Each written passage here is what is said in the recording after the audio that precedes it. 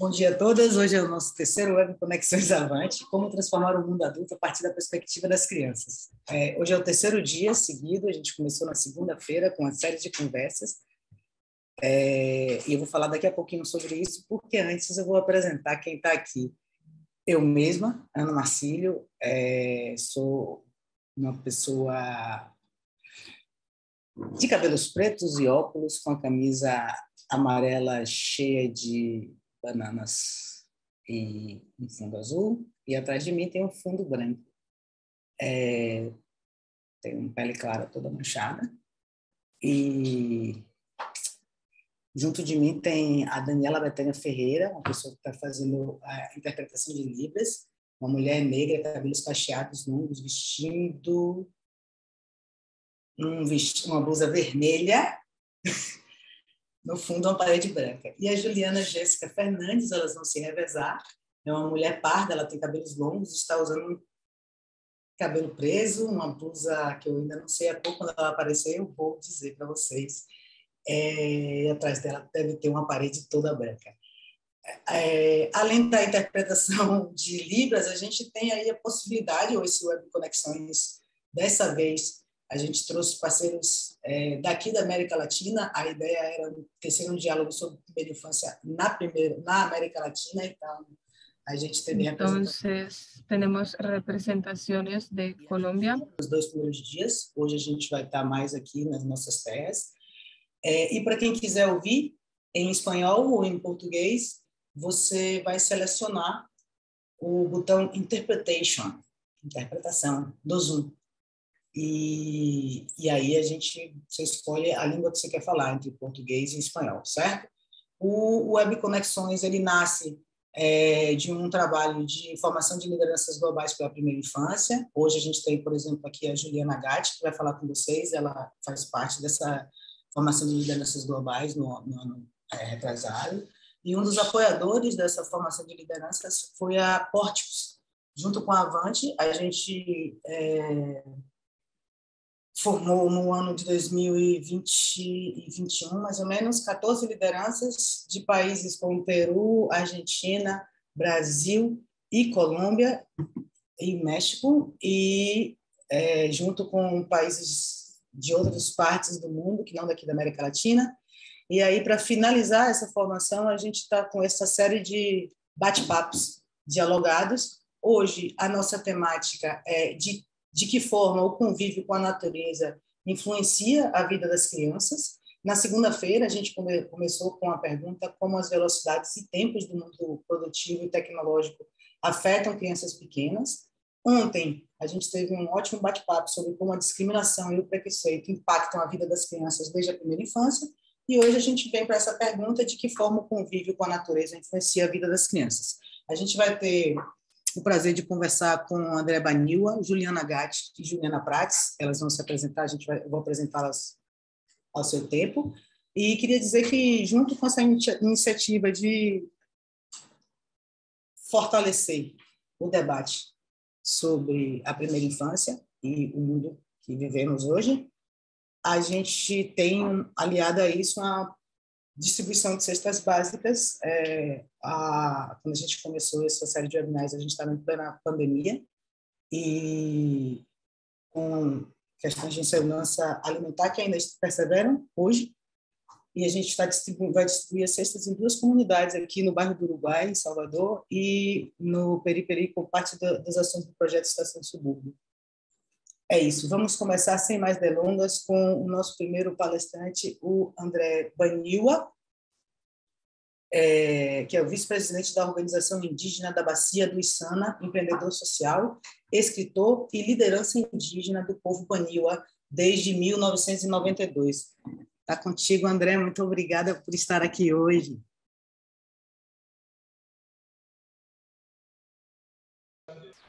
Ok, bom dia a todos. Estão me ouvindo? Sim, muito obrigado pelo convite. Estou fazendo esforço aqui, estava doente, então eu estou sempre com cara aí mais triste, talvez, né?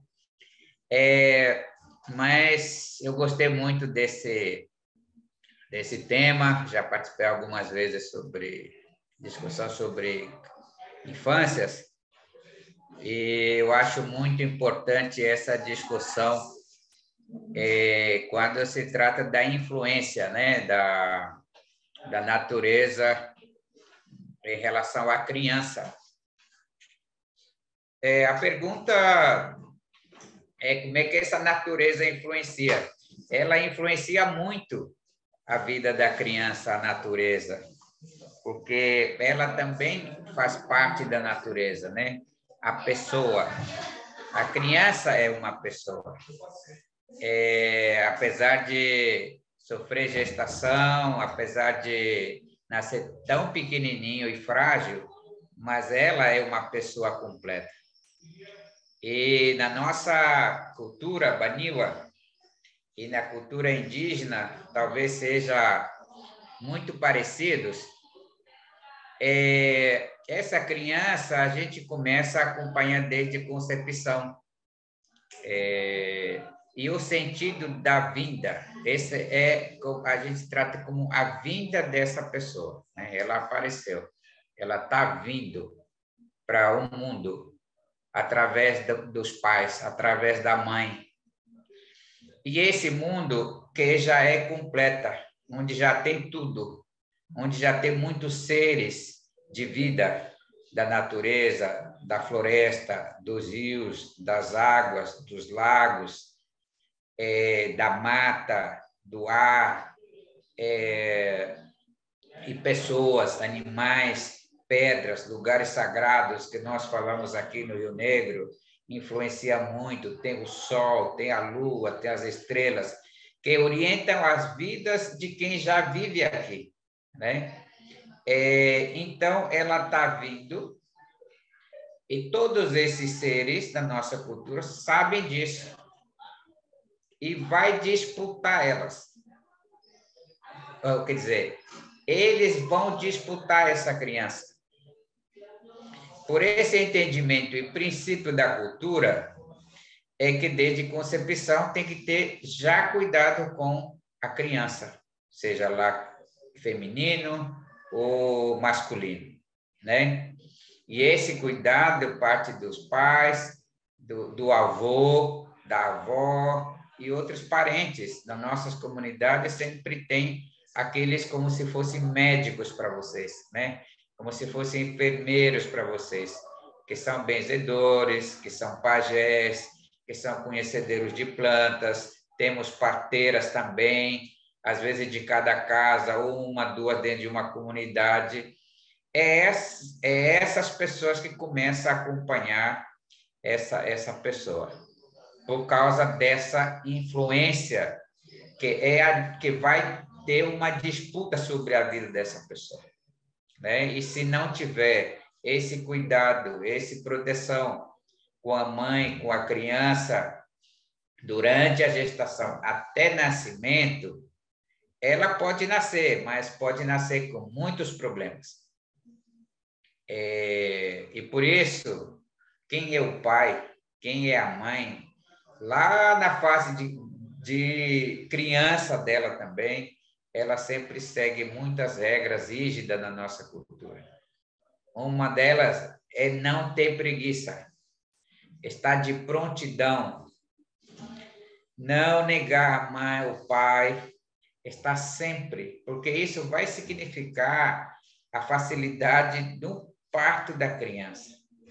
Esse é uma coisa, um detalhe muito importante na nossa cultura, que é cuidado com os pais desde criancinha, porque os partos são normais. A gente não tem na nossa cultura de cortar a barriga da mulher para tirar a criança quando dá complicação. Então, cuidado máximo com o corpo da mulher, do homem, é importante na fase da vida, quando era criança também, na fase de crescimento, quando ela começa a perceber, quando ela começa a sentar, engatinhar, andar, quando ela começa a escutar e obedecer ou desobedecer, quando começa a querer negar as coisas. Então, essas coisas têm que ser superadas, têm que ser quebradas, porque isso vai influenciar no parto do filho dessas pessoas. Se ela for muito preguiçoso, essa menina, o pai, vai influenciar na demora do parto, na demora do nascimento da criança. Isso tudo é natureza, né? Essas naturezas influenciam muito, porque esses pais andam em todos os lugares que eu acabei citando aí para não citá-los novamente. Nas cachoeiras, nos igarapé, pega chuva, lua cheia, lua minguante, lua nova, tempo de constelação que marca um período muito chuvosa, um período escasso de peixe, um período escasso de coleta de frutas, né? Um período de plantação, período de colheita, período de praga na roça. Tudo isso os pais andam, né? Então, essa criança vai ser influenciada. Por isso que ela é cuidada. Então, eu queria ter falado isso para vocês, porque se refere à origem da humanidade para nós, na nossa cultura, né? Na nossa cultura, nós, seres humanos, nascemos depois que tudo já está feito. Na religião, me parece que é assim. A natureza já está feito, na religião também, o último que é feito é o homem e a mulher. E na nossa cultura também. Então, uma pessoa, uma criança, ela vem já nesse mundo de disputa, né? Na religião é por causa de pecado, lá na nossa cultura também é resultado da desobediência desde a origem, não tem como fazer isso, só temos que ficar falando sobre ele, porque está em nós, né? Está dentro da gente, está dentro do sangue, do pensamento. As coisas, costumo dizer que as coisas erradas, o pai e a mãe não ensinam o filho a fazer. Mas a gente faz assim mesmo, como filho, né? Se desobedece. Então, essa é coisa do ser humano, das consequências lá das origens. Então, como é que essa criança é cuidada, né? Esse rezador, essa parteira que a mãe, muitas vezes, os avós, nos primeiros meses, 3 meses, a mulher já começa a tomar uma planta que eu não sei dizer o nome em português. Em Baniwa, minha mãe chama de cudipé, que é para começar a preparar o parto dessa criança. Aí depois vai tomar bem pouquinho, pouco a pouco vai tendo acompanhamento, né? E quando chega já na dor do parto, quando começa a ter dor do parto, a minha mãe prepara uma coia bem grande, porque o menino já vai nascer.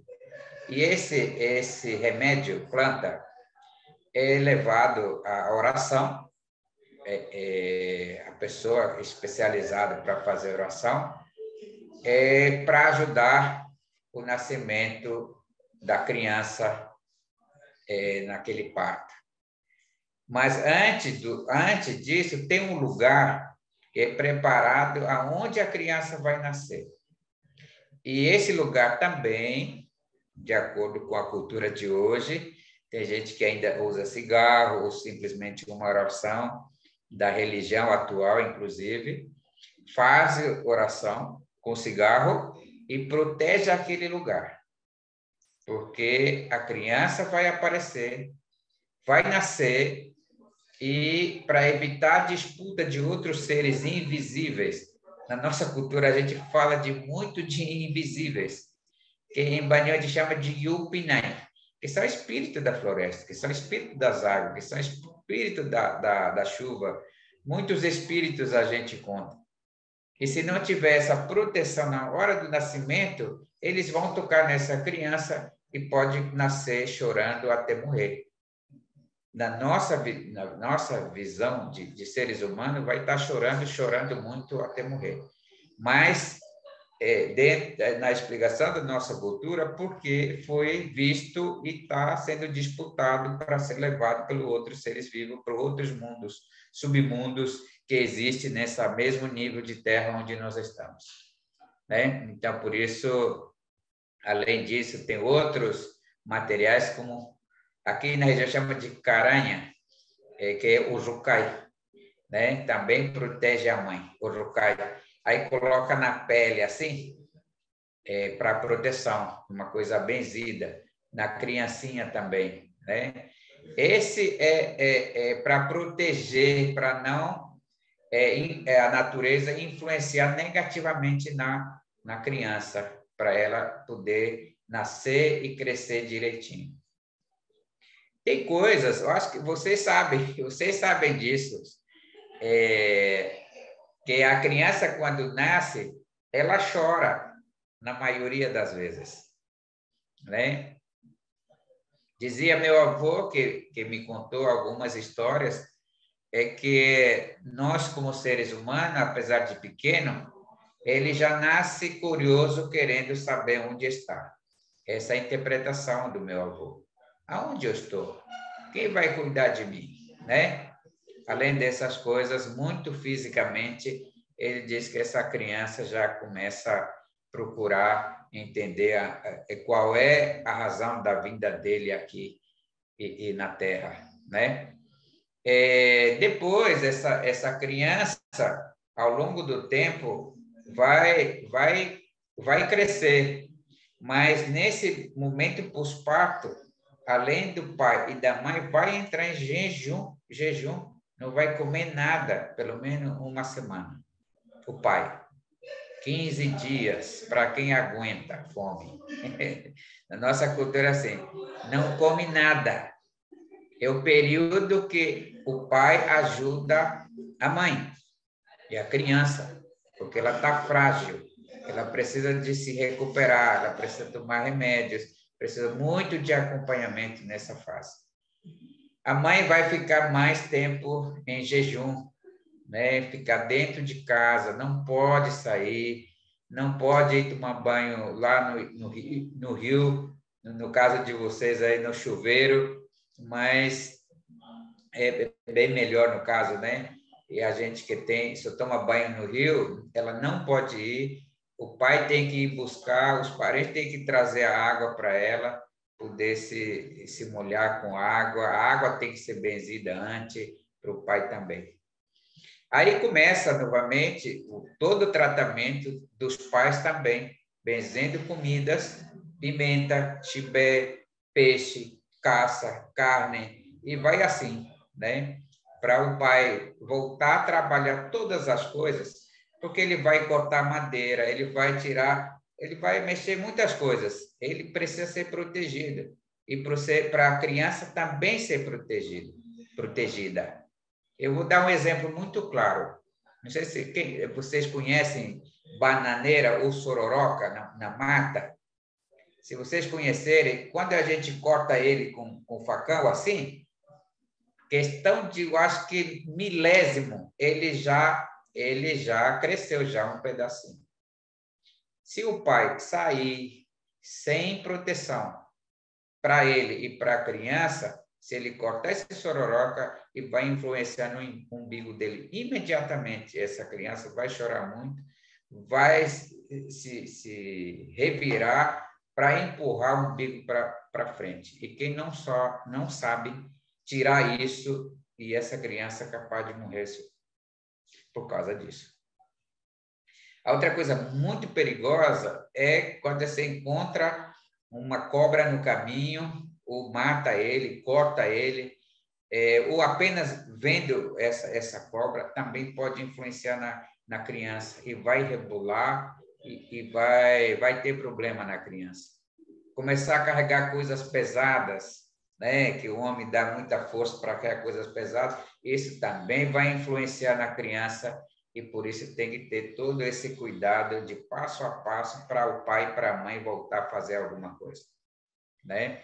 Até a mulher, o pai voltar a caçar, até a mãe voltar para a roça, ela tem que ter todo esse tratamento deles para, junto com a criança, ser protegida. E a criança, falando dessa parte tudo isso faz parte da influência da natureza, né? Mais especificamente da criança, uma coisa que eu tenho muito observado, eu tenho 5 filhos, eu tenho observado, apesar de andar muito no período da infância dos meus filhos, eu viajava muito por ser liderança do meu povo, mas eu percebo que a criança, por natureza, ele vai ter fase de não comer antes de sentar. Vai ter um período de não comer, parece que ele entra em jejum naturalmente antes de sentar, antes de engatinhar, antes de começar a se levantar, antes de começar a andar e antes de seus dentinhos aparecerem também. Ele vai ter naturalmente. O que eu percebo com isso é que nós, seres humanos, né, a igreja também trouxe muito isso, as religiões trouxeram muito isso. Se eu confio em Deus, está tudo resolvido. Isso bagunçou muito a nossa cultura, né?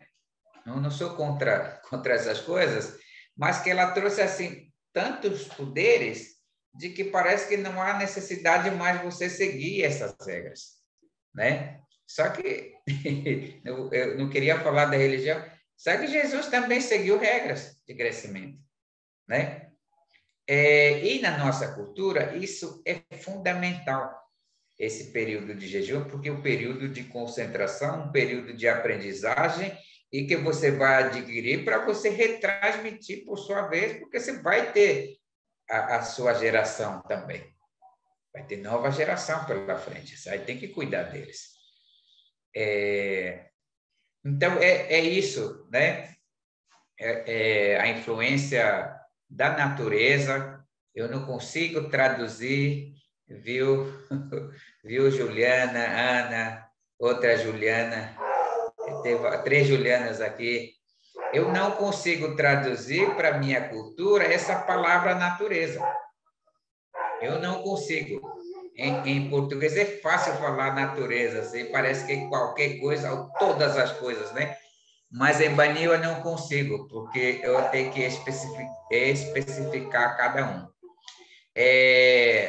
Mas é muito importante esse assunto, não sei se serve para vocês no dia a dia de vocês, na cidade, nos bairros, mas o que a gente sabe, que eu vejo, já fui algumas vezes em São Paulo e já fui algumas vezes no Rio de Janeiro, não sei onde vocês estão, está cheio de montanhas, por exemplo, cheio de lagos, cheio de coisas. Para nós, culturalmente, são lugares sagrados, onde está a concentração de espírito das naturezas, que vocês chamam, né? E elas influenciam, sim, muitos na vida dos pais e das crianças, se não houver proteção. Obrigado. Muito obrigada, André. Excelente a conversa.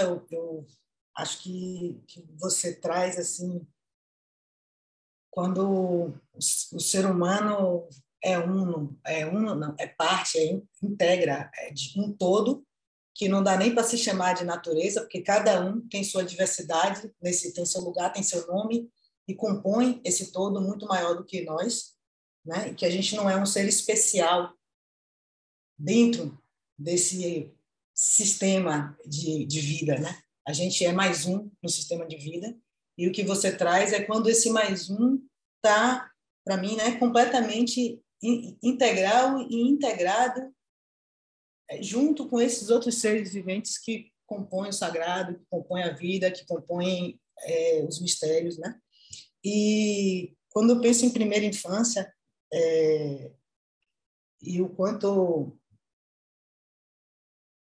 a gente tem muito ainda a aprender com ensinamentos como o que você trouxe hoje, né? De cuidados desde a gravidez, de regras, de convivência para a garantia da saúde e do bem-estar não apenas da criança que nasceu, mas do todo daquela comunidade que vive junto. E a sua fala hoje me conectou direto com a mesa de ontem, com a conversa de ontem. Eu acho que era a Jaqueline que trouxe a vivência dela acompanhando algum programa de desenvolvimento de primeira infância nesses primeiros 3 anos de idade, em diversas comunidades aí do Brasil afora, acompanhando as visitadoras domiciliares, e o quanto a falta de compreensão de toda essa cosmos que você traz, de toda essa vivência, de toda essa convivência e essa experiência que povos como o povo Baniwa têm na vida para a primeira infância. Então, se eu fosse, quando a gente vai pensando no desenvolvimento infantil, naquilo que a gente está criando como diretriz, a criança criada da forma como você traz Baniwa já está tendo acesso a tudo aquilo de desenvolvimento infantil que a gente da brincadeira, da cultura local, do aprendizado, do corpo, do desenvolvimento, está integrado nessa cultura, está integrado nessa convivência com a natureza. O conhecimento do mundo não é o conhecimento do mundo distante de si, mas um conhecimento do mundo que você vive aqui e agora. Você aprende a ler a natureza. Você aprende a saber se daqui a pouco vai ter muita chuva, pouca chuva, se você pode, como é que você se prepara para esse tipo de vivência. Você aprende a dar valor a cada água que brota, a cada água que cai, você convive com ela, ao invés de você criar formas daquilo não atrapalhar o seu cotidiano, você aprende a conviver, você desde pequenininho, com essa natureza da qual você faz parte, né? Então, eu acho que esse, para mim, foi o maior aprendizado, quando a gente ainda é natureza, ainda faz parte desse todo, ainda está articulado com a vida como um todo e ainda não se descolou. Acho que a religião tem muito a ver com isso, com essa religião centrada em um homem só, centrada em um Deus único. Ela acaba trazendo para o ser humano para o lugar de um sujeito muito especial nesse convívio com os outros seres.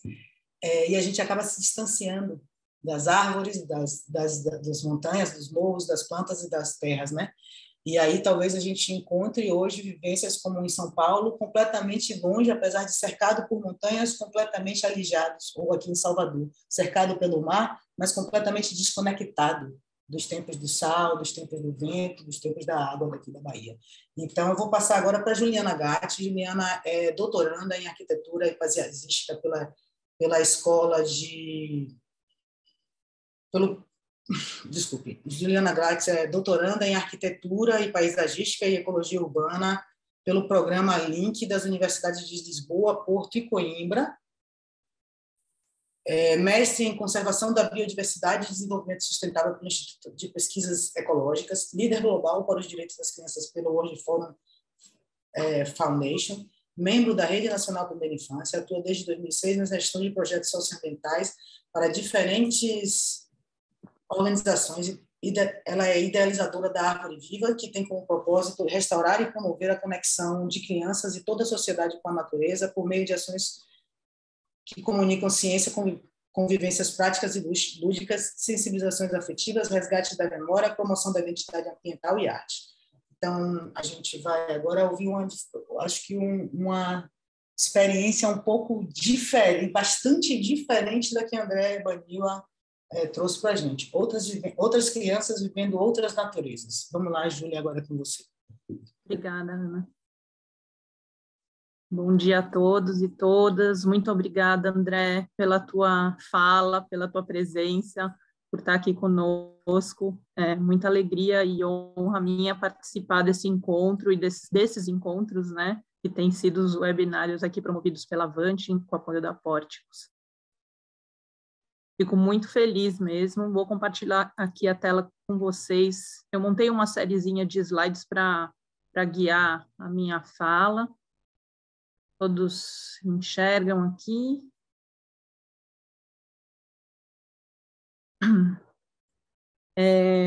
Assim, eu acho que eu queria começar justamente trazendo esse aspecto que a Ana colocou, né, da completa diferença e outro momento, e eu acho que é importante aqui eu compartilhar um pouquinho de quem é essa criança, que criança foi a Juliana, né, lá atrás.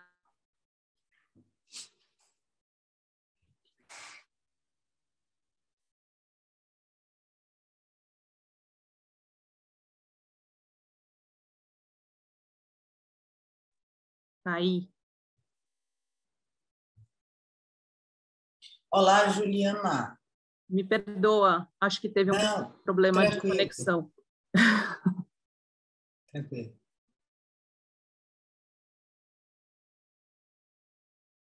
A gente está voltando então com a Júlia, ela está se reconectando, vai botar a tela aí de novo, né, Júlia? Sim, me desculpa. Não, Às vezes tranquilo. aqui a conexão é um pouco A instável, gente tem que lidar com as intempéries da tecnologia e da vida. Vamos lá. né? Juliana, Então, realmente, Ana, eu queria trazer esse ponto, né, que você colocou de completa, talvez, oposição ao panorama que o André trouxe para a gente. Eu sou uma criança, né, que nasceu de cesárea em São Paulo, né, uma das maiores cidades do mundo, e que nasceu de uma cesárea, né, uma das maiores cidades do mundo, uma situação de adensamento, né, de cinza, de pouco acesso, a princípio, à natureza plena, né, e exuberante, que é essa que o André nos trouxe como cada um dos seus elementos, né, representando a importância e os seres que esses elementos têm, né, na influência e na referência da comunidade dele, da cultura dele. Mas eu fui, de alguma forma, bastante privilegiada, como quando criança, e de poder ter algum contato no interior de São Paulo, proporcionado pelos meus avós maternos, com árvores frutíferas, cultivo de culturas de alimentos, hortas, animais. Nossa. Vou tirar meu vídeo para ver se melhora, Ana. tá certo, Júlia, pode tirar. A sua apresentação não está aparecendo. Não? Não, Tá, Ana, tá aparecendo sim. perdão, desculpe, eu aqui não estou vendo. Não sei. Mas se quiser, a gente coloca. Não, tranquilo, tira o vídeo, deixa a apresentação, gente, daqui a pouco a gente vai. Vamos só organizar, porque Juliana está muito longe, aí o sinal fica mais tremo. A gente vai se organizar, ela vai botar, a tela dela está passando, vamos sem tela.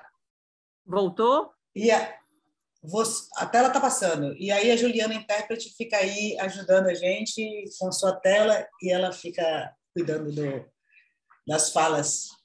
Vamos lá. E aí, também, nessa situação de, né, como numa cidade gigante como São Paulo, mas podendo viver, né, uma experiência de sítio, né, de cultivo e contato com plantas e animais, também tive a oportunidade, pelos avós paternos, ter contato com a praia, né, no Guarujá, também tive, então, a minha referência praiana de Mata Atlântica, de montanhas, né, de alguma forma, no momento que ainda o Guarujá, lógico, ele já era bastante adensado, mas bastante diferente do que é hoje também, em termos de presença de áreas preservadas. E essas referências, né, que eu podia vivenciar aos finais de semana ou nas férias, foram muito importantes para quem eu sou hoje, para os pontos, né, que me fazem me sentir uma com a natureza hoje, e construir maneiras, né, que são vinculadas aí, como eu coloco nessa frase do Instituto. O Instituto nasceu muito desse olhar de que a natureza é uma grande fonte de inspiração, né? Os elementos, suas estruturas, suas paisagens, as árvores, tudo que a gente experiencia e vivencia é inspiração, fonte e recurso de criatividade, de solução para os desafios que a gente encontra na vida. Então, foi muito a oportunidade de ter este contato com os ambientes e elementos, né, naturais, me deu essa segurança e esse repertório, né, desde do princípio da minha vida, como um lugar de refúgio até, de onde encontrar realmente todas as referências e recursos que eu precisasse, e não recurso como matéria ou produto, né, como a gente pensa num primeiro momento, mas como a maior fonte mesmo de tudo que a gente tem na nossa existência humana, né? E aqui Deixa eu ver o próximo slide se passa. Não sei como é que passa o próximo. Gente, não está andando. Andou. Eu faço, assim, só, eu acho que mais, não para a criança em si, mas para lembrar a nós adultos, né, que somos esse único, trago essas imagens de um paralelo de que as estruturas, elas são as mesmas, né, a galhada de uma árvore, o nervo de uma folha, uma bacia hidrográfica, nosso sistema circulatório, é tudo né, a gente está plenamente conectado com isso. Não existe essa fragmentação que muitas vezes a sociedade urbana, né, de uma grande cidade como São Paulo, nosso estilo de vida amplamente conectado, né, às redes, aos aparelhos eletrônicos, eles podem causar, né, na nossa percepção dessa realidade, de que a gente está fragmentado ou dissociado, né, desses elementos. E aqui, pensando, né, no momento de semelhança, né, onde a gente tem uma foto do 24º dia de um embrião humano, e ao lado dessa foto, embriões, né, sementes de algumas plantas diferentes. E nesse momento, até nesse momento, a gente vê similaridade, conexão, unidade, né, entre os seres. Então, a princípio, podem ser tão diferentes, né, mas não, na verdade, eles são muito parecidos. Então, eu trago esses 2 slides, né, para nos lembrar e para nos reconectar com essa essência e esse que somos. E como que o Árvores Vivas, né, trabalha com as crianças e tem trabalhado desde 2006 com as crianças principalmente urbanas, né, principalmente apesar da gente ter trabalhado em diferentes cidades do Brasil, com diferentes situações e condições de território e necessidades, né, enfim, com toda a diversidade de crianças e territórios, a maior parte das nossas atividades nasceu e aconteceu, né, no meio urbano e na cidade de São Paulo. E, de repente, coletar, né, ter elementos da natureza que a gente pode apreciar e observar a qualquer momento do nosso dia, numa caminhada por ruas arborizadas, por parques, praças, áreas verdes, fazer a coleta desses elementos e colocá-los, posicioná-los sobre uma mesa, acabou sendo uma ferramenta itinerante que a gente desenvolveu, né, nas atividades do Árvores Vivas, porque a gente percebia que as crianças dentro das escolas, né, e até mesmo, enfim, até de ensino infantil, a gente pode falar, né, muito também, do lado de parques, né, escolas de ensino infantil, muitas vezes do lado e junto a parques e áreas verdes da cidade de São Paulo, mas pouco acessavam esses espaços. As crianças fechadas na sala de aula, né, um ambiente que pouco permitia que elas tivessem a experiência e a oportunidade de vivência, de sentir, de criar as suas próprias referências, seu próprio repertório de contato com esses seres, com esses elementos, com o ambiente, com o território onde elas estavam vivendo, a partir desses elementos dessa natureza, né, ali disponível e acessível. Então, colocar sobre a mesa e poder levar para dentro dessas salas e dentro desses ambientes dissociados foi uma forma que a gente encontrou de estimular o olhar criativo, o olhar inspirador, né, para todo esse acervo vivo, né? Teve uma frase de uma criança: é um acervo vivo, um museu vivo a céu aberto, né? Então, realmente é uma descoberta, uma grande descortinar, né, de possibilidades e de caminhos e de conexões que podem ser feitas uma vez que você dá a oportunidade para as crianças acessarem esses espaços.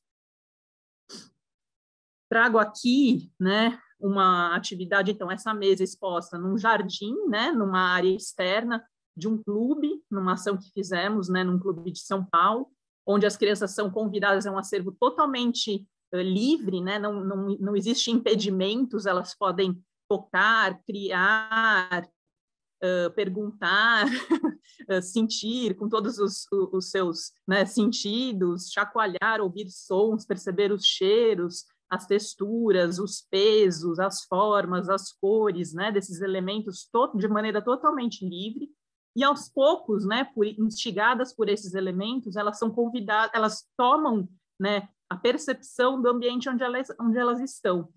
E a árvore ali, a árvore, essa planta, a planta que a gente tem na segunda foto, ela demonstra que as crianças expressam, né, a relação delas com essa natureza que elas se conectaram. A gente também faz contação de histórias, né, sobre quem são esses elementos, de que árvore viva esses elementos vêm, como que essa árvore ela é, né, em sua plenitude, em sua expressão. Se essa árvore está naquele jardim, nós vamos até ela, sentimos ela, conhecemos ela com nossas mãos, abraçamos, percebemos as folhas, notamos em que momento ela está, se ela está com flores, com frutos, se tem animais, né, interagindo com essas árvores, com essas plantas, qual a qualidade do solo, como é que sentimos a temperatura do ambiente, se está batendo muito sol, se não está, se tem vento.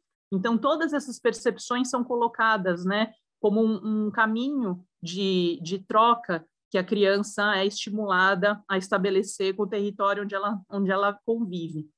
E aí, dentro desses desenhos, né, dessas mensagens que as crianças deixam depois das experiências delas nessa árvore de recados, né, a gente vê desenhos do tipo uma plantinha, então a plantinha que ela germinou, colocou a semente para germinar, a aguinha caindo, né, um desenho com um vasinho, as sementes nesse vaso e a água, a criança abrindo os braços, né, ou uma pessoa abrindo os braços, acolhendo ou sendo acolhedora, acolhida pela árvore, que tem um animalzinho que está nos seus galhos, que está com a copa verde, um coração e a expressão do amor e do afeto em relação à planta, à árvore, num outro desenho.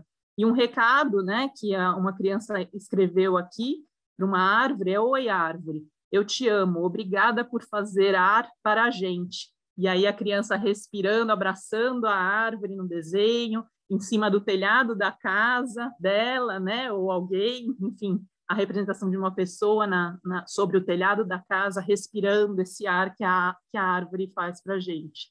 Então, é bastante sensível, né? As crianças trazem, uma vez o canal permitido e livre, né, para a criança vivenciar essas experiências, criar a sua própria relação também com esses elementos e com a natureza como um todo. Ela tem, assim, um amor, abundância, a afetividade, empatia transborda, né? Aqui, numa ação que fizemos com formação, né, com crianças do ensino, tanto na rede municipal de ensino de Sorocaba, uma vez, de novo, trabalhando dentro, né, de sala de aula, então levamos o acervo de elementos naturais, pedimos depois para fazer uma caminhada numa área natural que tinha próximo à escola, fomos com as crianças lá e também trabalhamos com os educadores dessa rede. Alguns aqui exponho para vocês alguns desenhos, né, de reações ou, vamos dizer assim, expressões que vieram posteriores, né, a esse trabalho que foi desenvolvido com as crianças aí já do ensino fundamental 1 e 2, né? Então, a gente traça, né, numa das falas do Árvores Vivas, no sentido de buscar, né, nas nossas formações, de buscar trazer uma percepção de empatia, né, das pessoas e das crianças mais velhas, né, em relação ao ser árvore. A gente pergunta, né, o que seria as folhas da árvore se ela fosse uma pessoa, né? Como é que a gente pode se colocar em paralelo a isso? O que seria a madeira, o tronco da árvore, né? Se a gente pudesse se enxergar a árvore, o que seria esse tronco? Seriam os ossos. E aí a criança, ela trouxe esse desenho, né, como as partes do corpo humano que essa árvore né, para ser o ser vivo que ela é. Então, nossa, foi um desenho que nos, assim, emocionou muito perceber que realmente foi interiorizada, né, de alguma forma, e foi trabalhado esse vínculo, essa unidade, né, na percepção da criança em relação à árvore. Tanto foi forte, né, esse vínculo que foi estabelecido, que um desenho, né, também que as crianças expressaram é quase da conexão humana com o cordão umbilical com a árvore, né? Então, o segundo desenho, ele expressa esse vínculo tão forte de unidade que a criança desenhou uma conexão com a árvore por meio de o que a gente pode, né, chamar, talvez, de um cordão umbilical, né? Então, existe um vínculo feito a partir do umbigo da pessoa com a copa da árvore. Numa paisagem, né, totalmente natural, um sol, o vento, a folha totalmente, né, de desenho totalmente preenchida. E um outro desenho que veio dessa experiência, né, uma árvore, assim, riquíssima, com vários tipos de ave, bastante diversidade de flores, né, uma raiz profunda, e um pedido de desculpas por escrito na parte de baixo do desenho, né? Então, de alguma forma, reconhecendo a grandiosidade, a importância dessa árvore, mas, ao mesmo tempo, entendendo que a gente não tem, né, tratado, talvez, de uma maneira tão respeitosa assim, toda esse ser que é um conosco, né? Outras imagens de atividades que fizemos, né, as crianças sentindo, né, então aqui imagens das crianças sentindo as folhas, fazendo desenhos, né, das folhas, colando as folhas que elas coletam no espaço onde elas estão, ali no caso foi uma ação numa biblioteca de São Paulo, então tem um pequeno jardim, a gente visitou esse jardim, coletamos as folhas, e essas folhas vieram a compor os desenhos. A mãe, numa fotinho menor ao lado esquerdo inferior, fez uma criação, né, com elementos naturais secos e tecidos, numa árvore de argila com seu filho, e isso virou uma criação, né, algo criativo, lúdico, que foi feito em família. Então, obviamente, não é experiência de integração livre, né? Ela tem uma certa condução, mas ela é uma expressão, é uma resposta a esse contato que, na verdade, não está sendo permitido livremente desde a primeira infância, né? Então, faltou para a criança urbana essa oportunidade. E aí a gente tem trabalhado essa falta, conduzindo, né? Muitas vezes trabalhando a permissão, o caminho para esse acesso de uma forma orientada, mas, posteriormente, obviamente, isso é só um caminho, uma etapa, para depois a criança criar a própria história, né, de relação com essa natureza, com a natureza e com os elementos. Outro tipo de atividade que fizemos, né, pinturas com pigmentos naturais, com tinta de terra. Então, aqui convidando as crianças a desenharem o seu próprio jardim, uma expressão do jardim das suas vidas, da árvore que elas se sentem, né, a gente faz uma dinâmica corporal, né, no início, onde a criança constrói uma estrutura, ela vai germinando como se ela fosse uma semente e vai crescendo e vai brotando, vai dar as folhas, as flores, os frutos, interagem com o meio, e toda essa imaginação que se desabrocha nessa vivência corporal com a criança, ela depois é fio condutor dessa expressão artística. Então, é bastante rica também a diversidade, né, de expressões que a gente observa. E um outro, né, complementando as ações, né, que foram já desenvolvidas pelo Árvores Vivas, e agora entrando num âmbito que é particularmente voltado à minha pesquisa de mestrado, no que eu conduzia no mestrado e agora estou aprofundando no doutorado, como a natureza e seus elementos pode influenciar a situação de uma criança que encontra-se em internação. Então, dentro de uma situação urbana, né, que a gente já sabe de São Paulo, que é super dissociada, né, dos elementos e da natureza, e passa por uma realidade hospitalar, né, onde essa criança não está só numa situação de dissociação, ela está numa situação de vulnerabilidade extrema, né, de tratamento. No caso aqui, foram com crianças em tratamento de quimioterapia, né, por conta de uma questão oncológica. E como essas crianças no ambiente já tão difícil, numa situação tão complexa, né, e vulnerável emocionalmente, e afastada da sua convivência social, né, por questões de imunidade, como é que ela, de alguma forma, os elementos da natureza, a minha grande pergunta foi como que poderemos, né, construir um caminho para que elementos da natureza, experiências sensoriais, multissensoriais com a natureza, possam, de alguma forma, criar uma pequena oportunidade de qualidade de vida, de bem-estar, de alívio, né, para talvez essa situação que a criança está vivendo. Então, aqui existiam duas a três técnicas, né, que foram 4, talvez, apresentadas durante o meu mestrado para as crianças, no que eu dei o nome de terapia de apreciação de natureza. Foi a apresentação de imagens, que eram selecionadas de imagens de natureza. Primeiro, né, antes de tudo, me perdoa, vou retornar a um ponto importantíssimo antes de oferecer essas imagens. É o diagnóstico que era foi feito com cada uma das famílias e crianças. Que diagnóstico era esse? Obviamente, saber, né, a respeito dos detalhes da doença, da situação, né, na família em que estágio de tratamento e tudo mais, mas entrar muito no aspecto de quais as referências e vínculos afetivos, de memória, de referência de paisagem e de território que aquela família, que aquela criança tinham e tem antes de chegar nessa situação de isolamento hospitalar. Então, como eu estava, né, trabalhando num hospital público na cidade de São Paulo, dentro do Hospital das Clínicas, o Itaci, que é o Instituto do Tratamento do Câncer Infantil, essas crianças, elas eram de todos os lugares do país e às vezes até da América Latina.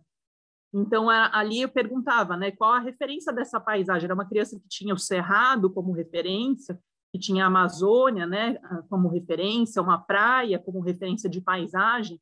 Então, quando em assistência, tentava-se buscar essas referências de elementos que estavam ligados com essa convivência com o território da criança.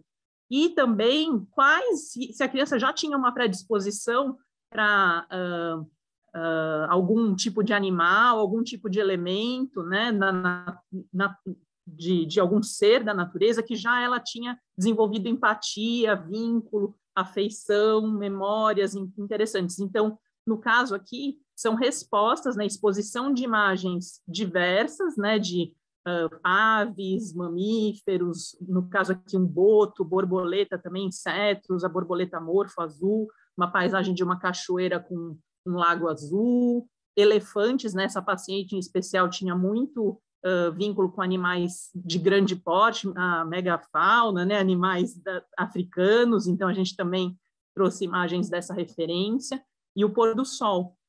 E aí desenhos e expressões que naturalmente vinham da exposição dessas imagens eram gerados pelos pacientes, e essa exposição, né, entre aspas, criada particularmente de uma maneira sob medida para aquele paciente, era aplicada, né, em cada um dos quartos, do jeito que o paciente queria, ele determinava e escolhia de forma autônoma aonde cada imagem é fixada, para que fique de acordo e com a vontade e com o gosto particular de cada paciente na sua autonomia, né, e poder de decisão, porque isso era um aspecto muito importante da terapia, né, porque a criança, ela num tratamento como ela está passando, ela não tem escolha, né, ela passa por o que for necessário para buscar a cura da doença.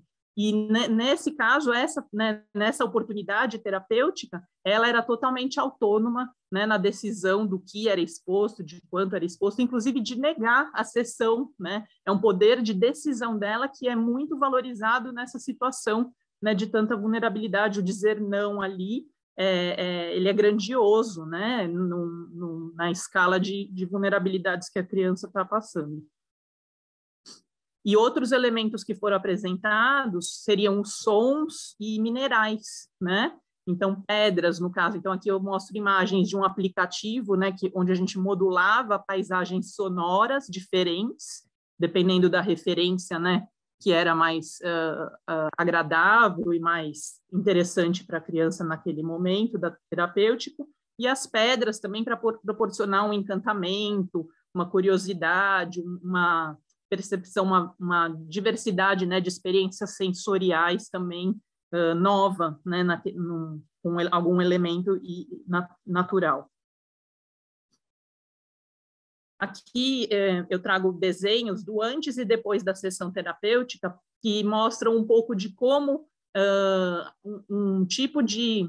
Especialmente esses desenhos, eles retratam antes e depois de pacientes que tiveram acesso a um livro com paisagens naturais, né? Então, eram pacientes de situação ambulatorial, não de internação, né? Que pelos médicos, eles poderiam ter acesso, né, a esse tipo de impresso. Então, a gente apresentava um livro com paisagens e fotos de paisagens naturais do nosso país, e a criança, antes de ver o livro, fazia um desenho, e depois de fazer o livro, um outro desenho.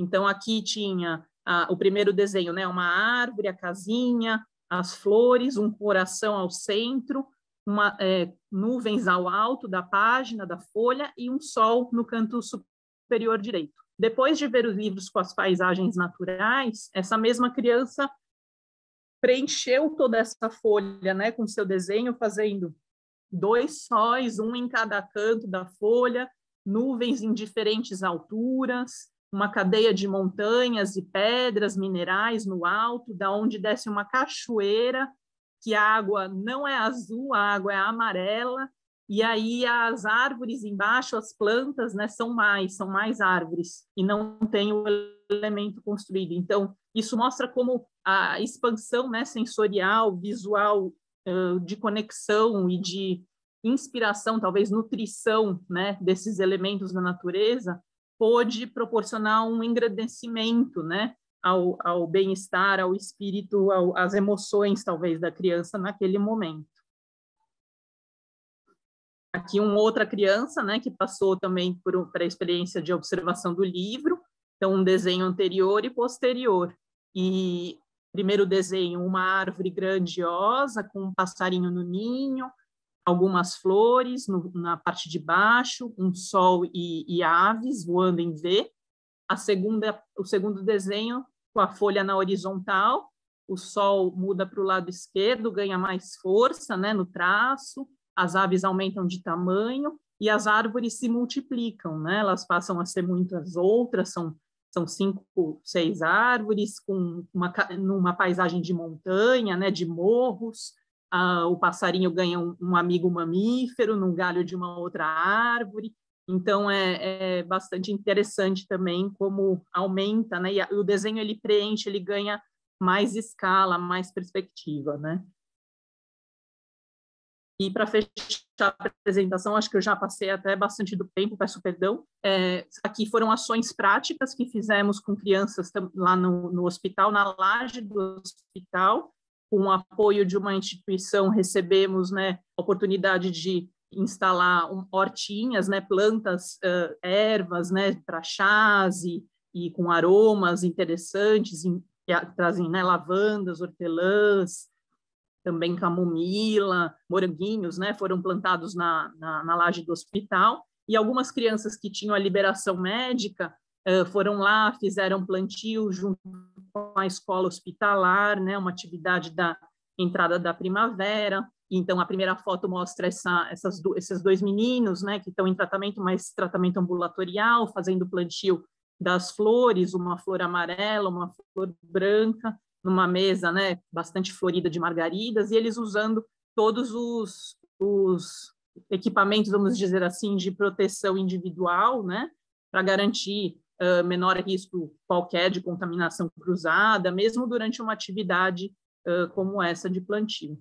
E a segunda imagem mostra uma criança mais nova, né, indo na laje, provavelmente por uma liberação médica com o suporte da equipe multiprofissional, né, de fisioterapia ou terapia ocupacional, regando, né, esses vasinhos, essas plantas que estavam lá. E é isso, gente. Eu agradeço muito a oportunidade, espero ter trazido exemplos aí da nossa grande cidade de concreto, né, buscando caminhos de conexão. Obrigada. Obrigada, Julie. Com certeza, realidades bastante diversas, né? mas todas as realidades que as crianças vivem hoje, né? Nesse atual momento, muitas crianças. Então, a gente passou ali da vivência completamente integrada, que desde o pré-natal ao parto natural, a toda a preparação, saúde, vida, brincadeira, alimento, tudo é com na natureza, a natureza é a vida, né?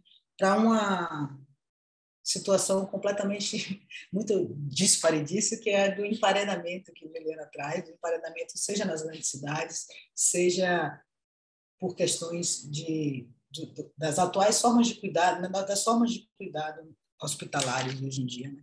Me remeteu à minha vivência com meu filho. Eu tive a oportunidade de ficar mais de 7 dias internado no Hospital Irmã Dulce, aqui em Salvador, numa enfermaria coletiva.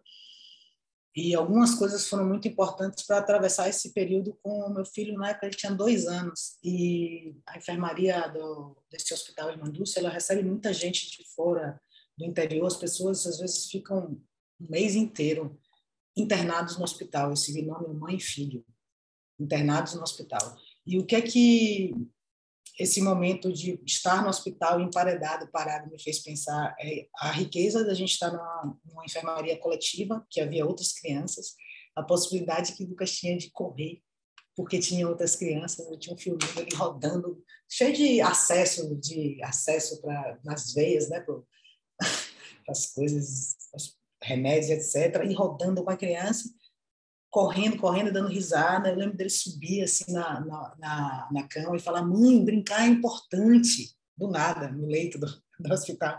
As coisas me marcaram muito. E lembro da gente sair para fazer uns exames, dentro do hospital mesmo. A gente tinha que passar por várias alas, né, para fazer uns exames de imagem, esses scanners de imagem. E a gente passou por cágados, plantas e flores, e aquilo foi tipo de novo, saí da parede e voltei para a vida, né? Porque a gente já estava há algum tempo nesse processo de internação. E como é importante, né? O Hospital Irmã Dulce, ele tem cágados, tem peixe, tem uns riozinhos e tem umas árvores. Então, eu tive a possibilidade de participar por aí nesse período, e foi realmente muito importante para sobreviver à internação hospitalar. Não a doença, mas a internação hospitalar, que é muito difícil às vezes. Então, muitas crianças passam por longos períodos de internação. Muitos binômios, mãe-criança, passam por longos períodos de internação completamente desterritorializados, às vezes, né? Longe de sua comunidade, de seus parentes, aqueles que podem lhe apoiar nesse cuidado da criança hospitalizada. Então, muito obrigada, Júlia, e a gente vai seguir com Juliana Prates, psicóloga da UFPA, mestre em Psicologia do Desenvolvimento pela Universidade Federal do Rio Grande do Sul e doutora em Estudos da Criança pela Universidade do Rio, em Portugal. Juliana é professora do Instituto de Psicologia da UFPA, coordenadora do Grupo de Estudos Interdisciplinares Infância, Criança e Contextos, GEIC. Antes de passar direto para a Juliana, eu queria dizer que vocês podem escrevendo suas considerações, seus maravilhamentos, suas dúvidas, seus questionamentos já no chat, porque a gente vai ter esse momento. Acho que agora a gente vai ter uma excelente reflexão aí. Juliana traz uma vivência muito importante aqui na Bahia, que ela começou a organizar, ela vai poder falar, que é o Crianças na UFBA, e passo a bola, Juliana Prates. Olá, bom dia a todos, todas e todes. É um prazer poder estar aqui. Primeiro eu vou fazer a minha autodescrição. Eu sou uma mulher negra, de cor parda, cabelos black, uso óculos, estou usando uma camiseta vermelha, brincos longos, argolas, né, na verdade, grandes, e atrás de mim tem uma parede branca com alguns quadros. Então, como a Ana disse, eu me chamo Juliana Prates, e para mim é um prazer muito grande. Estava aqui, Juliana, que me antecedeu, que eu estou cheia de charás, isso para mim é muito bom. Eu sempre vivo com essa rodeada de Julianas, pela minha faixa etária, nós nascemos em muitas. E enquanto eu ouvia, a Juliana disse que passou um pouco do tempo, e eu, de fato, poderia ficar ouvindo tanto ela quanto o André por muito tempo, né? Então, agradeço a Avante pelo convite, principalmente por poder trocar e conhecer mais e partilhar um pouco daquilo que são as minhas reflexões sobre criança e natureza. Eu preparei também alguns slides, mas queria que a gente também pudesse se ver, né, simultaneamente, assim, os slides e a gente podendo conversar um pouco. Quando eu fui convidada para falar e pensar um pouco sobre as crianças e a natureza, o que a gente sabe sobre essa relação, uma das coisas, e aí eu coloquei alguns slides, eu costumo ser muito anárquica com os meus slides, mas vou tentar segui-los até para a gente poder ter o tempo de conversa e também as trocas no final. E pensei que a gente poderia conversar um pouco, e aí algumas coisas do que eu iria dizer, eu sabia que Juliana e André já iam tratar antes, então passarei muito mais rapidamente, como a noção de criança e natureza enquanto continuidade e integração, um pouco da discussão dos trabalhos mais atuais, falando sobre os benefícios da natureza para a criança, nem diria que são tão atuais assim, mas hoje muito trazidos, né, à tona na pesquisa e nas ações e intervenções com crianças, a ideia do processo de emparedamento das crianças... Roberta, Pode que falar. está falando. Só para você abrir a apresentação, porque está como... não está a apresentação, no modo apresentação. Para mim aparece, Roberta, como modo apresentação. Eu vou colocar de novo para ver se vocês veem como modo apresentação. Tá bom. Foi? Não. Pode ter sido o tipo de compartilhamento que você fez. Tá, então eu vou tentar outro, senão a gente... Talvez a gente possa fazer assim, né? Avançar no PowerPoint como plano de fundo. Não posso fazer de outro jeito. Deixa eu ver se eu consigo. Tira e compartilha de novo. Interromper o compartilhamento. Interrompi.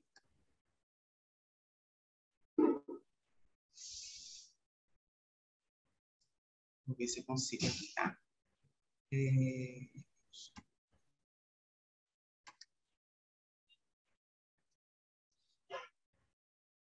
Agora foi? Sim. Fica pior, porque eu fico com essa cabecinha meio solta, né? Você Para tá mim aparece. no... Eu fico assim, parecendo bonequinha dentro da minha própria apresentação. Mas tá melhor parar. assim, tá ótimo. Eu posso ficar, então, assim, com essa cabecinha na frente da minha apresentação. Tá bom. Eu já estava falando das minhas... na verdade, os meus slides, como eu trabalho numa lógica meio anárquica com eles, mas quis fazê-los para me orientar e para obedecer o tempo um pouco. Então, falava que eu passarei muito rapidamente, porque Juliana e André já cobriram isso muito bem, com muita propriedade, falando sobre essa integração entre a criança e a natureza. Falarei sobre os benefícios da natureza para a criança, nessas pesquisas que têm sido feitas já há algum tempo, o processo de emparedamento das crianças nas cidades. Ana Marcílio falou sobre isso, né? Sobre essa ideia de emparedamento, por exemplo, no ambiente hospitalar ou nos outros espaços escolares, como a Juliana colocou, trazendo também a ideia das heterogeneidades do contato com a natureza, né? Entendendo que não é suficiente pensarmos uma natureza como algo único, mas que a relação que essas crianças podem estabelecer com a natureza, elas estão permeadas pelas variáveis de classe, gênero, raça, etnia e território.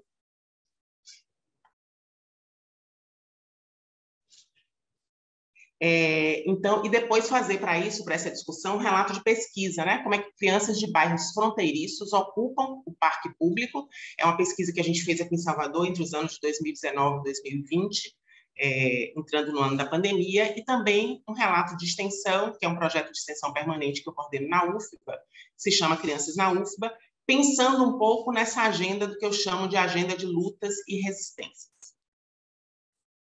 No primeiro momento, a ideia de criança e natureza enquanto uma continuidade, como eu disse, não vou falar sobre isso, já que os que me precederam falaram tão bem, mas essa ideia de uma imagem, né, de uma criança absolutamente aproveitando o espaço de subir numa árvore, essa foi uma foto feita. Então, a gente tem aqui uma imagem de uma criança branca, de costas, em cima de uma árvore, e a gente fez essa imagem no Crianças da UFBA, utilizando o espaço da UFBA, né, a Praça das Artes, da Universidade Federal da Bahia, como um espaço de interação entre a criança e a natureza. E, de fato, a criança, enquanto um ser que é biologicamente determinado nessa maturidade, mas, ao mesmo tempo, não só um sujeito do devir, mas um sujeito completo, como o André colocou, ele se integra plenamente ao espaço natural, né, da natureza. Por outro lado, a gente sabe que na sociedade, a criança nesse espaço urbano, ela tem sido constantemente emparedada. E como é que isso tem acontecido? Eu trouxe alguns elementos e alguns tópicos que a gente pode pensar sobre esse processo de emparedamento. Por um lado, a gente sabe que ao longo do processo de desenvolvimento e constituição das cidades e configuração do modo de urbanização das cidades, a cidade e o espaço público passaram a ser considerados como espaço do perigo, do desconhecido, do perigoso mesmo, né? Daquilo que é o risco, daquilo que é o afastado do sujeito. A proteção é um ambiente doméstico. Por outro lado, a crescente institucionalização dos tempos das crianças, a vida através de caixas, a ideia de que as crianças não apenas têm todos os seus tempos mediados, organizados pelos adultos, né? Então, a própria ideia da escola, depois a ideia das atividades nos tempos livres, as crianças o tempo inteiro tendo suas vidas administradas pelos adultos. Essa administração se dá, em geral, dentro do espaço fechado, dos espaços fechados que não estão preparados ou não permitem que essa criança conviva com essa natureza. Então, por um lado, a gente percebe as escolas, muitas vezes sem acesso, sem espaço de área verde, sem uma relação direta com o ambiente externo, as crianças que se transportam de um espaço para outro através de outra caixa, que são os carros, né? Então, a criança que vai conhecendo a natureza, conhecendo a cidade, conhecendo o espaço público, numa velocidade que não é da experiência, mas uma velocidade que é de passageiro. E isso faz com que a gente observe o enclausuramento das famílias e das crianças. E aqui eu quero fazer, obviamente, um parêntese, porque essa realidade, por um lado, é uma realidade de uma criança de classe média, estou falando aqui de casas, crianças que moram em suas residências com suas famílias, mas também as crianças de classes populares tiveram a sua vida pública, a sua vida na cidade, condicionada por essa lógica do perigo. E essas crianças, por exemplo, as crianças em situação de rua, quando estão no espaço urbano, são consideradas sujeitos do perigo da própria rua. Então, elas perdem esse status de uma criança, muitas vezes, a ser protegida e passam a configurar aquilo que é o perigo da rua. Por outro lado, a gente vai observando a construção da ideia da natureza como sujeira, como risco, né? O risco da criança se machucar, o risco da contaminação, os perigos do convívio com a própria natureza, e, por outro lado, esse conceito muito mais genérico, a criança aprendendo sobre a natureza através de um conceito abstrato, através de um conhecimento não experiencial, mas um conhecimento escolarizado, que fala na natureza enquanto proteção ambiental, enquanto risco de extinção. Então, os autores vão dizer que a criança passa a conhecer a natureza não mais pelo seu contato com as árvores, com as folhas, com as árvores, com o mar, com a praia, mas através desse discurso da necessidade de protegermos uma natureza que está em perigo iminente de extinção. Então, a criança conhece sobre a radioatividade, sobre o aquecimento global, ela discute sobre isso, ela faz campanhas, por exemplo, de reciclagem de lixo, da importância de controlar o lixo, mas isso sem poder conviver com essa natureza vista através das telas, através dos livros, e não com o contato de experiência, esse contato que a gente está falando, e que André e Juliana expressaram tão bem, principalmente André, né, de falar isso como uma parte da vida, da cultura. E que isso não acontece nessas crianças, nesse espaço atual das cidades, com algumas, obviamente, fraturas com que a gente pode observar que essa relação se dá, ou até atos de resistência ou ações específicas voltadas para a relação, para favorecer essa relação da criança com a cidade. Se a gente observa esse emparedamento, por outro lado, a gente sabe, os estudos mostram há muito tempo a série de benefícios que existe da natureza para a criança, né? Tem um texto que eu acho bem importante, de White, de 2004, ou seja, não é um texto novo, né? Mas que ele vai falar da relação da criança pequena com a natureza, e ele traz no título desse trabalho algo que eu achei muito interessante, que é falar da importância da natureza, dessa relação, né, da criança com a natureza, não apenas para o desenvolvimento da criança, mas também para o futuro da própria Terra, né? A ideia de que a gente precisa, e a criança que experiencia essa natureza, e Juliana fala disso na apresentação dela, ter vivenciado e observado aquelas árvores, ter a possibilidade de viver com as árvores na infância, determinando aquilo que é seu objeto de estudo, de investigação, de trabalho. Então, a importância disso para o futuro da própria Terra. Se eu não me engano, a intérprete não está fazendo Não tem ninguém agora. Eu continuo, Berta? Pronto, acho que Juliana voltou. Pode continuar, porque travou para ela. Então, quando as crianças, e aqui eu vou trazer uma série de estudos que vão nos mostrando quais são essas vantagens, né, quais são os benefícios que a natureza traz, e alguns são mais óbvios, outros nem tanto, mas que nos trazem a importância de enfatizar essas ações que vão favorecer o contato da criança com a natureza. Então, quando as crianças brincam em ambientes naturais, há uma maior diversidade na brincadeira, com jogos de imaginação e criatividade, além de desenvolverem habilidades colaborativas. Essa ideia que a natureza tem muitos elementos soltos que podem ser compostos e que podem ser adaptados. Juliana foi mostrando isso na atividade que ela faz com as crianças, da possibilidade dessa coleta de materiais, construindo novos objetos, novas formas de representar o mundo. Brincar em ambientes naturais diversos, por outro lado, vai reduzir ou eliminar comportamentos antissociais como violência, bullying, vandalismo, assim como reduz o próprio absenteísmo nas escolas, né? Então, esses são estudos também feitos na década de 2000, 2001, 2003.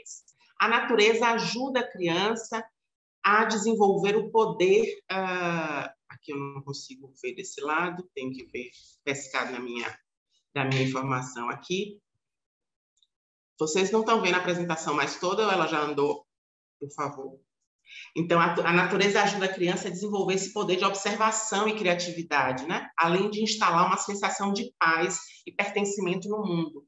Então, essa ideia, na verdade, que se a gente imaginar, a criança, ela fica no presente quando ela está vivendo a natureza, quando ela tem a capacidade de observar esse ambiente.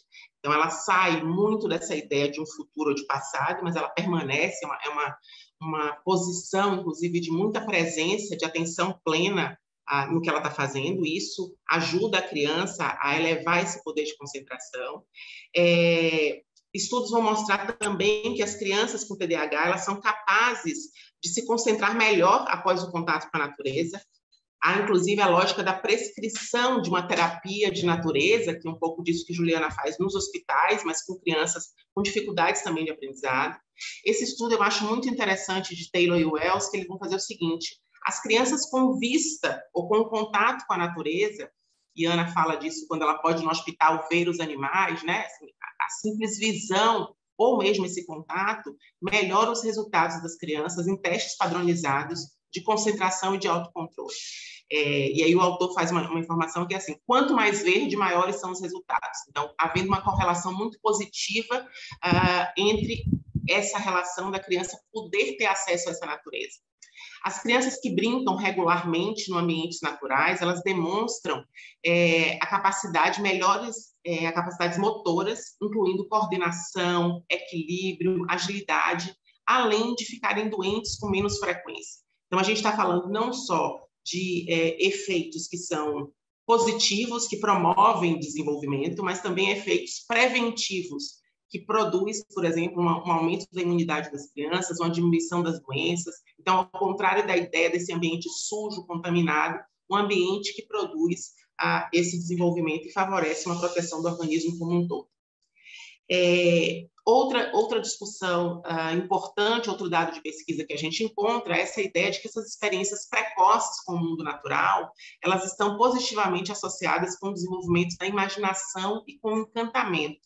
Eu gosto muito dessa palavra e dessa ideia de encantamento, porque, inclusive, encantamento com algo é algo próprio das crianças, mas, ao mesmo tempo, é um dos fatores muito importantes para pensar e motivar a aprendizagem ao longo da vida, né? Então, a importância de que a gente tenha esse encantamento com o mundo para também ter um encantamento com a vida. Então, essa ideia de que o contato com a natureza produz um efeito maravilhoso, e a gente sabe isso, essa pesquisa é de 1977, né?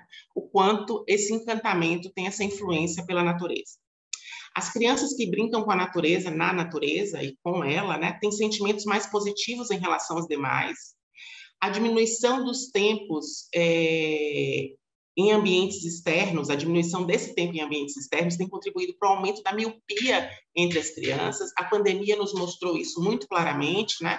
Alguns dados têm mostrado quanto as crianças, nesse tempo de pandemia, aumentaram, e também os adultos passaram a utilizar óculos e tiveram um aumento da miopia e uma dificuldade, na verdade, de fazer um uso desses olhos com mais propriedade.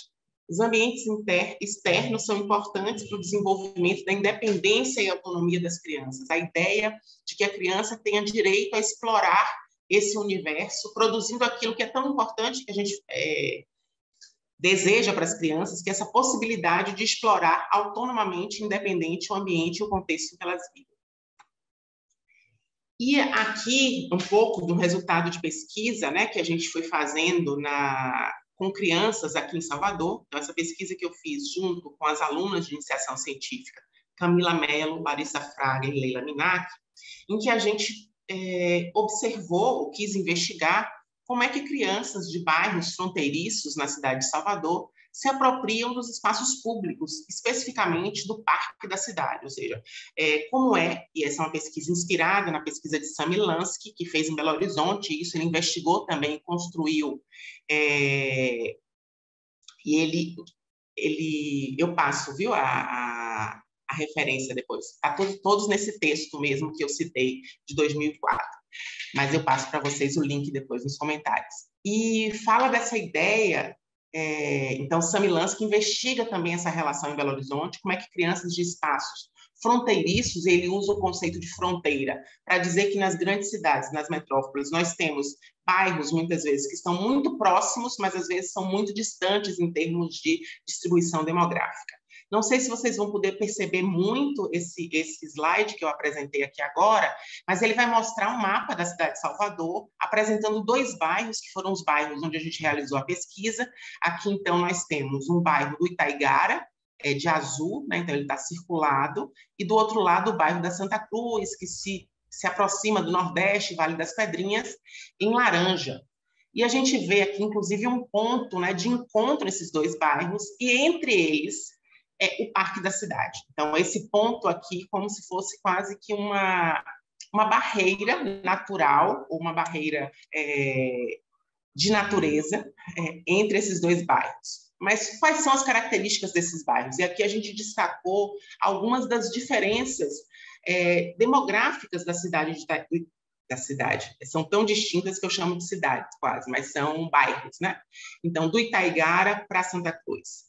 O primeiro índice que a gente pode observar, por exemplo, o índice de desenvolvimento humano, que a gente percebe que no Itaigara é de 0,952, quanto mais próximo de 1, mais elevado é o nível de desenvolvimento.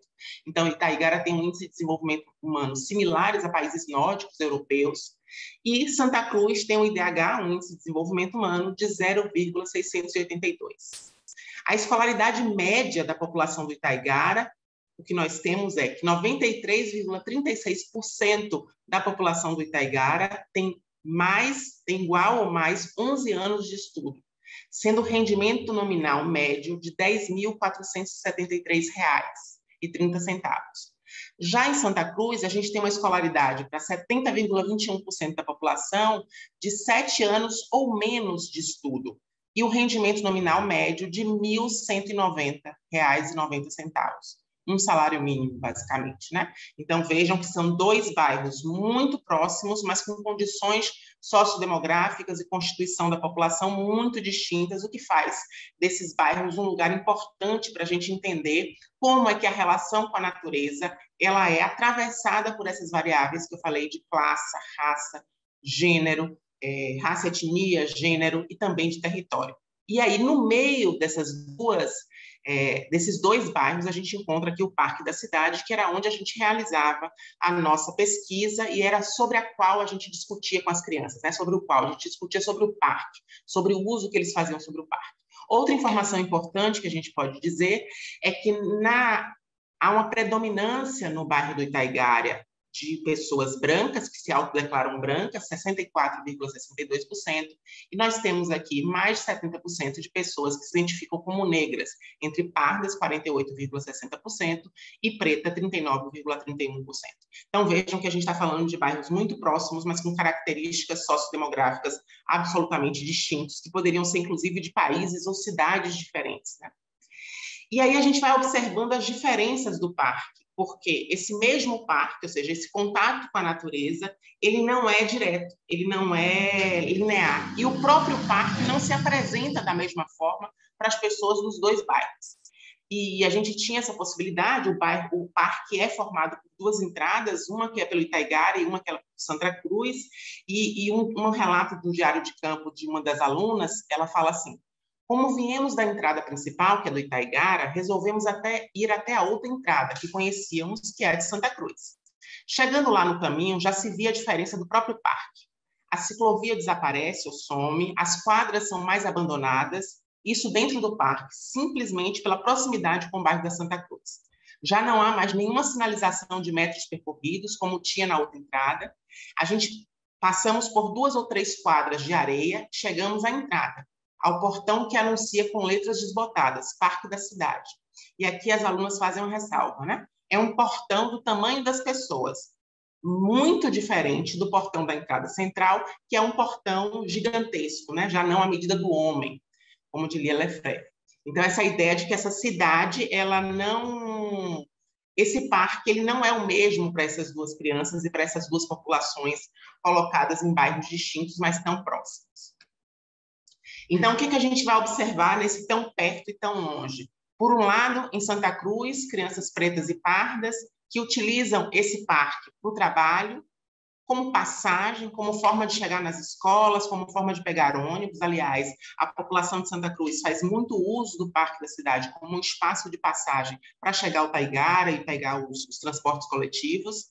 E quanto maior, e essa é uma questão que a gente pode discutir também no debate, essa ideia de quanto maior a vulnerabilidade dessas crianças, maior, e aqui eu coloquei entre aspas e ressalto essas aspas, que a liberdade pela circulação do espaço público.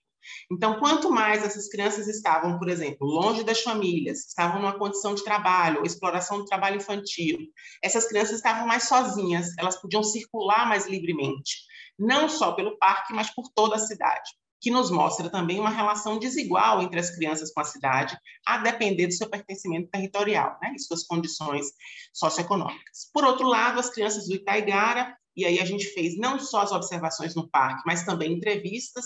Aí é importante dizer que a gente teve esse momento da pandemia inicial, foi quando a gente começaria a atividade de campo das entrevistas com as crianças, e por isso a gente teve que mudar a nossa metodologia, né? Se antes a gente pretendia entrevistar as crianças no próprio parque, a gente teve que acessar as crianças de outra forma. Isso tem um impacto diferente, porque a gente acaba acessando muito mais facilmente as crianças do Itaigara, porque elas têm muito mais acesso às tecnologias, etc. E as crianças que a gente acessou em Santa Cruz já eram crianças diferentes das crianças que a gente encontrava presencialmente no parque, porque eram crianças que estavam num contexto familiar, muito mais protegida. Então, essa ideia, né, de que a gente possa entender essa diferença das crianças que a gente acessou. Então, as crianças utilizavam, as crianças entrevistadas, elas viam o parque como uma das muitas possibilidades e alternativas de lazer, já que para elas os condomínios ou os playgrounds, essa ideia de um bairro isolado em si, né, ou seja, autossuficiente, era o que predominava. Então, as crianças, quando falavam do lazer, da possibilidade de interação, o parque era uma das possibilidades, mas não era prioritariamente a possibilidade. Inclusive, isso é importante considerar, os próprios trabalhadores do parque descreviam de forma diferente essas crianças. As crianças de Santa Cruz eram vistas como crianças arruaceiras, que destruíam o parque, que não sabiam fazer um uso adequado do mesmo. Já as crianças, inclusive vista como um sinal de perigo, né? Já as crianças do Itaigara, que frequentavam muito mais aos finais de semana e os espaços que eram destinados às crianças, elas eram consideradas, sim, as usuárias adequadas ou as usuárias destinatárias daquele espaço. As crianças, então, do Itaigara demonstravam desconhecimento do espaço público pela impossibilidade de circular autonomamente pelos espaços. Então, quando perguntadas, porque a gente fazia essa pergunta, como é que as crianças de Santa Cruz viam as crianças do Itaigara e como é que as crianças do Itaigara viam as crianças de Santa Cruz, e elas demonstravam, as crianças do Itaigara, um desconhecimento muito grande sobre a realidade do outro bairro. Então, elas faziam uma análise muito genérica sobre a situação de pobreza e a situação de ausência de políticas públicas, de saneamento básico, muito lixo, identificavam os problemas do bairro, mas de forma genérica, falavam do perigo. Então, a gente via inapropriação desse espaço público. A cidade não estava apropriada pelas crianças, né? Elas circulavam pela cidade, mas muitas vezes mediada pelos adultos que levavam elas de carro de um lado para o outro, sem que houvesse essa apropriação. Havia também essa pouca autonomia nos deslocamentos. As crianças não faziam quase que nenhum trajeto a pé. Essa falta de contato, né, com a cidade, ou essa falta de vivência da cidade, tinha esse impacto no conhecimento das crianças. Então, mas eu acho importante a gente discutir isso que eu estou chamando de autonomia no deslocamento e aquilo que eu estou discutindo como liberdade para a circulação no espaço público, porque não necessariamente significa uma garantia de um direito, né? Porque a criança tem direito à cidade, mas esse direito, de certa forma, ele estava violado quando essa cidade era vivida de forma violenta ou em forma de vulnerabilização dessas crianças.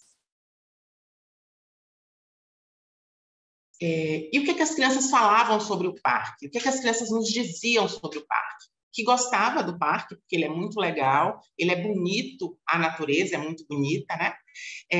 Tem várias saídas, tem lugar para brincar de patins, tem um chão que é liso, dá para mim brincar bastante. O parque é enorme, eu acho divertido. Lá faz muitas trilhas muito, muito legais. E essas são crianças, e você observa as falas de crianças de Santa Cruz, né? Do bairro de Santa Cruz. Porque essa ideia de um espaço urbano que permita, por exemplo, o uso de patins, essa ideia desse chão liso, né, que permita utilizar o patins, fica muito claro para a ausência desse espaço público dentro do bairro. Então, o parque da cidade ou dentro do playground dos prédios, como é no caso do Itaigara. Então, essa característica do parque era enaltecida pelas crianças.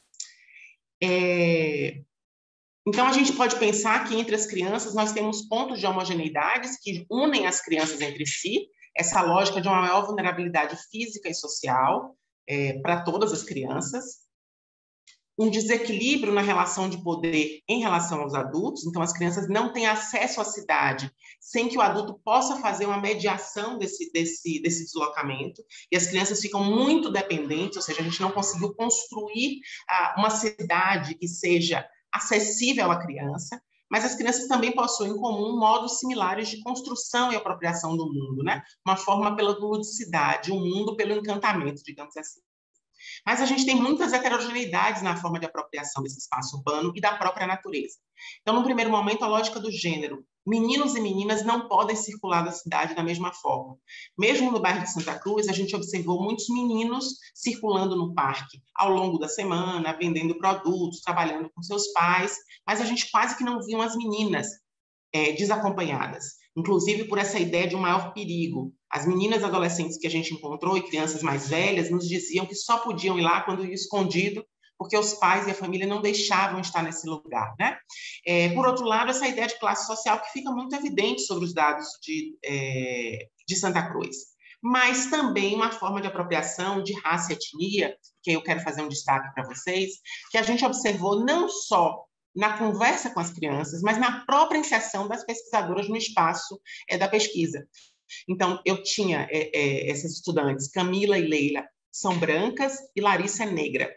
E a própria chegada no bairro, no parque, né, da cidade, fez com que elas tivessem acesso a um parque diferente. Então, Leila e Larissa, Leila e Camila, em muitos momentos, eram advertidas sobre o risco de ir para certos espaços, sobre o risco e a necessidade de se manterem, na verdade, nos espaços mais iluminados, policiados, que não deveriam romper, né, a faixa simbólica que separava o bairro do Itaigara e de Santa Cruz. Não deveriam ir para as partes mais distantes.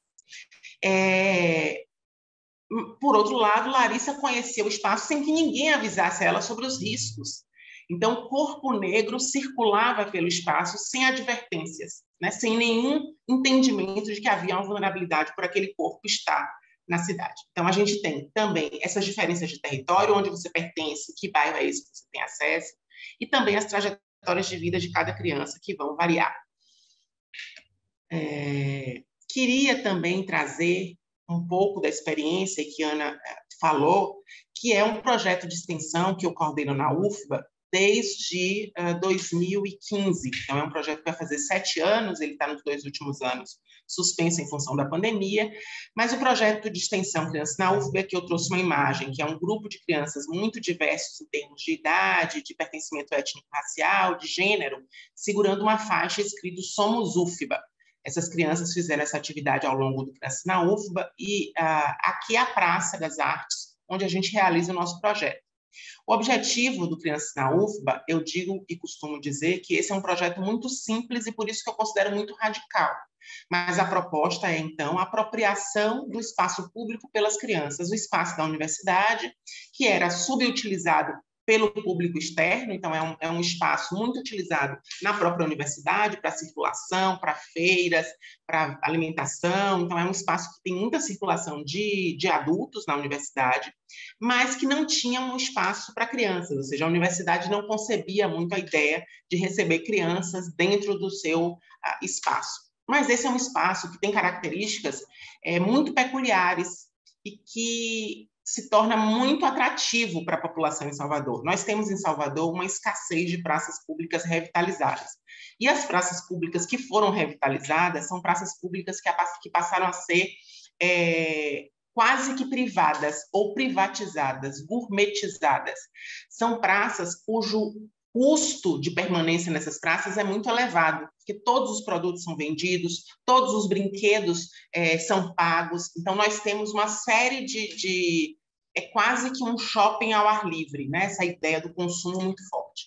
Então, o espaço da UFBA é um espaço muito grande, com natureza, árvore, os meninos estão aqui em cima, as crianças estão em cima de um morrinho que é muito pequeno, mas quem já foi no Criança na UFBA sabe que ele vira um grande tobogã, parece que ele é enorme, para a medida das crianças ele funciona como isso. Então a ideia é que a gente pudesse abrir a universidade para receber crianças e famílias uma vez por mês, no primeiro sábado de cada mês, no período da tarde, a gente iria estar lá para receber as crianças, com alguns princípios muito básicos. A ideia da desinstitucionalização dos tempos livres, então as crianças vão para o Crianças na UFBA para fazer tudo, inclusive nada, então é o que elas quiserem fazer, né? Elas podem estar lá simplesmente apreciando a natureza, não tem uma mediação dos adultos, os adultos que são os monitores que estão lá disponíveis para as crianças naquilo que elas convoquem os adultos a fazerem, e a gente tem uma ideia de não consumo, ou seja, nada é vendido no Crianças na UFBA.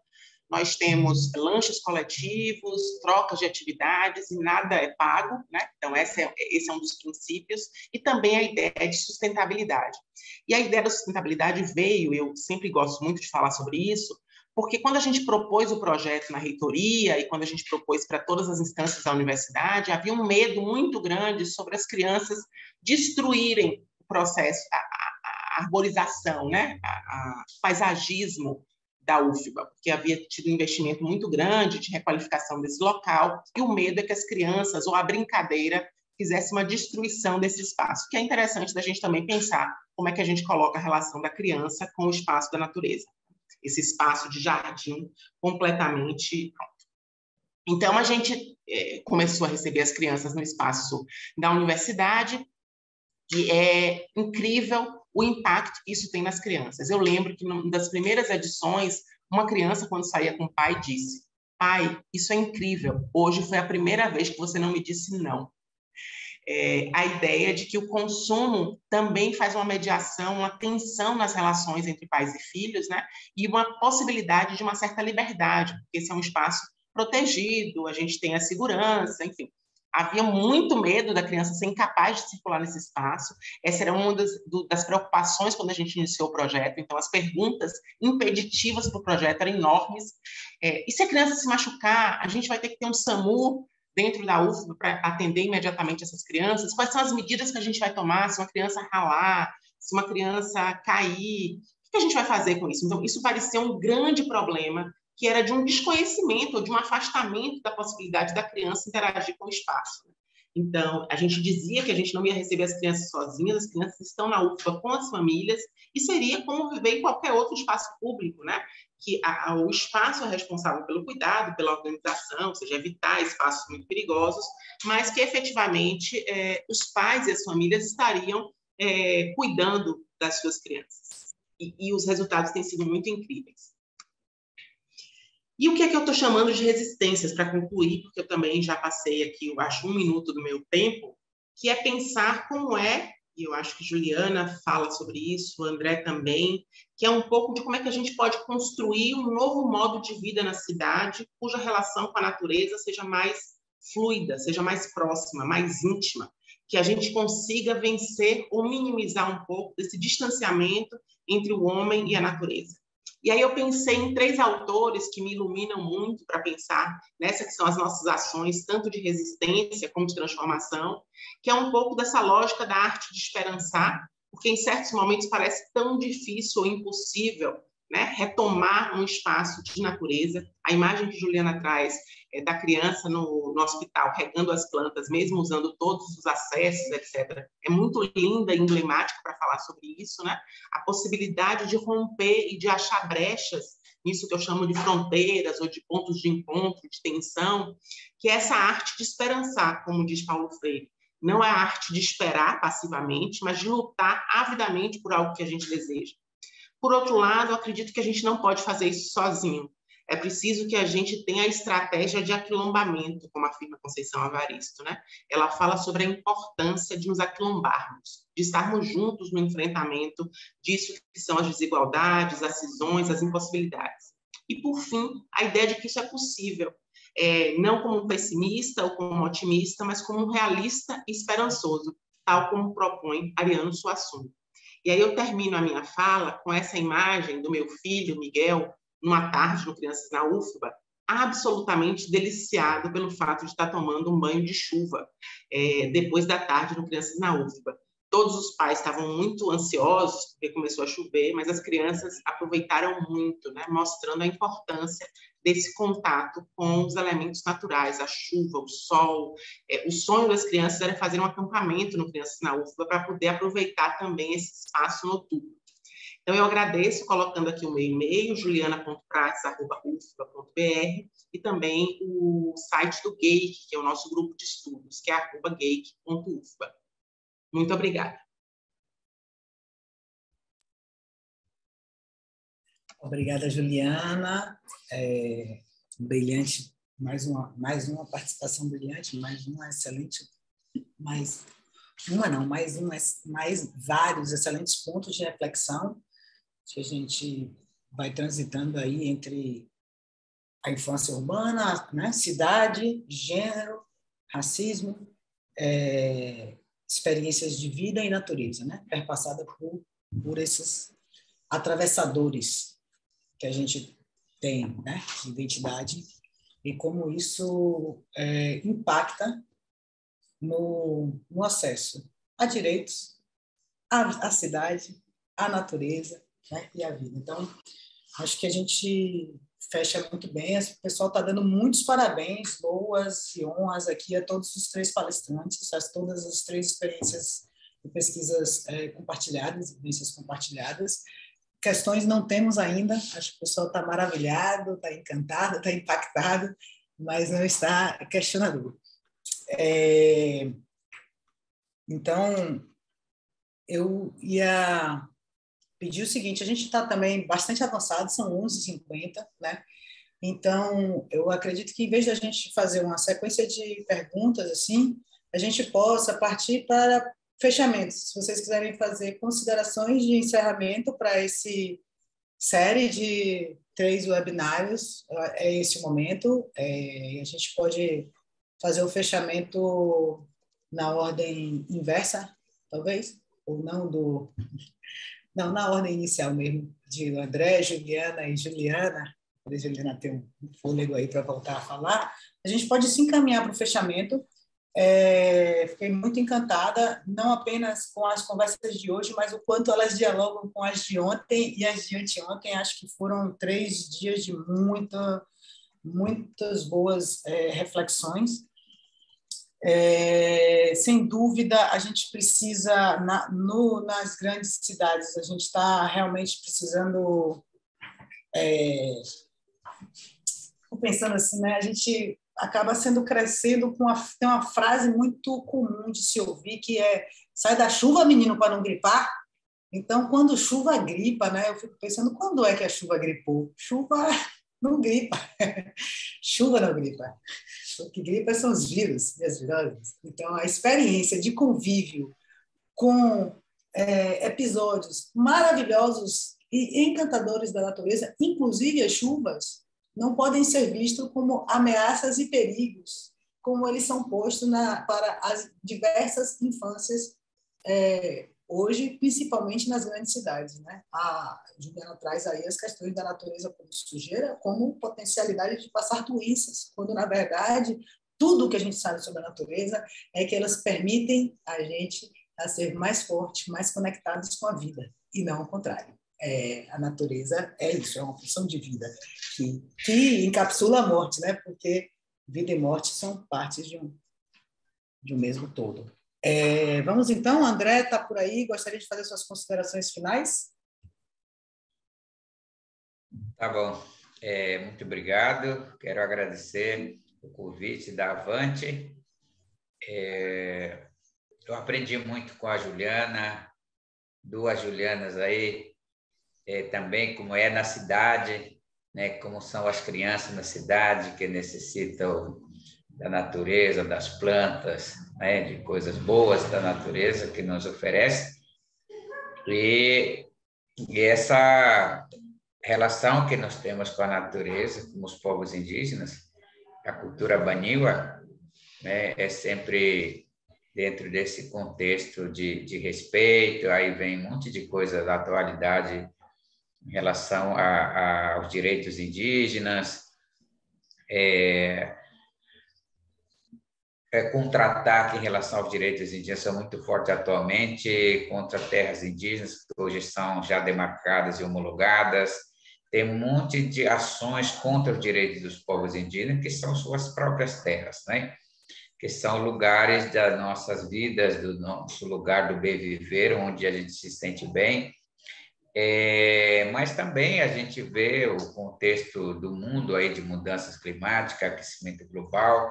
Tudo isso influencia, né? A gente está falando de infância, a gente está falando de criança. De que essas crianças serão no futuro se o mundo está sendo ameaçado por essa mudança climática e aquecimento global?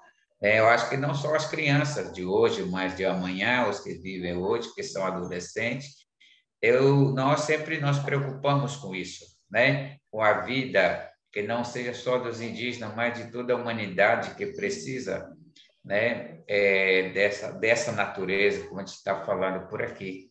Mas tem outros que acham que a natureza não serve para a gente, que tem que ser destruída, porque não influencia nas nossas vidas. Mas a gente está vendo ao contrário disso, né? Queria trazer essas falas últimas aqui sobre essa importância da natureza, da nossa relação, da nossa convivência com eles, um respeitando o outro, apesar de mundo diferente, mas tem essa relação muito forte. Bom, muito obrigado. Qualquer coisa na relação à questão cultural, estou sempre pronto a colaborar.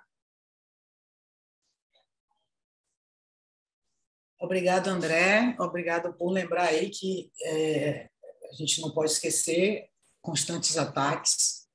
Precisamos fortalecer aí a luta, que é de todos nós. Há muito tempo não sofremos tão seguidos e tantos ataques, né? Povos indígenas, povos originários, povos tradicionais, terras, natureza, todos nós. Juliana Gatti. Queria agradecer muito a oportunidade, mais uma vez, meus colegas, a Juliana e o André, aprendizados incontáveis com a fala de cada um de vocês. Agradeço muito mesmo.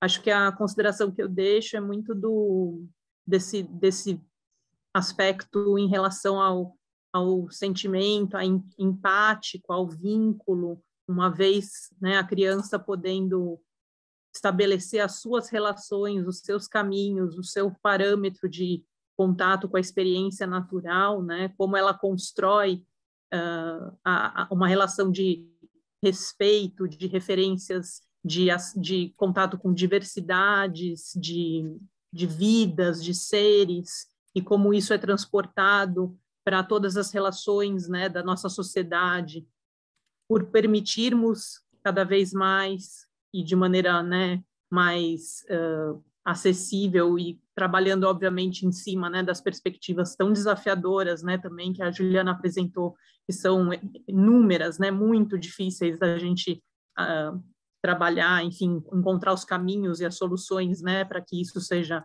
minimizado.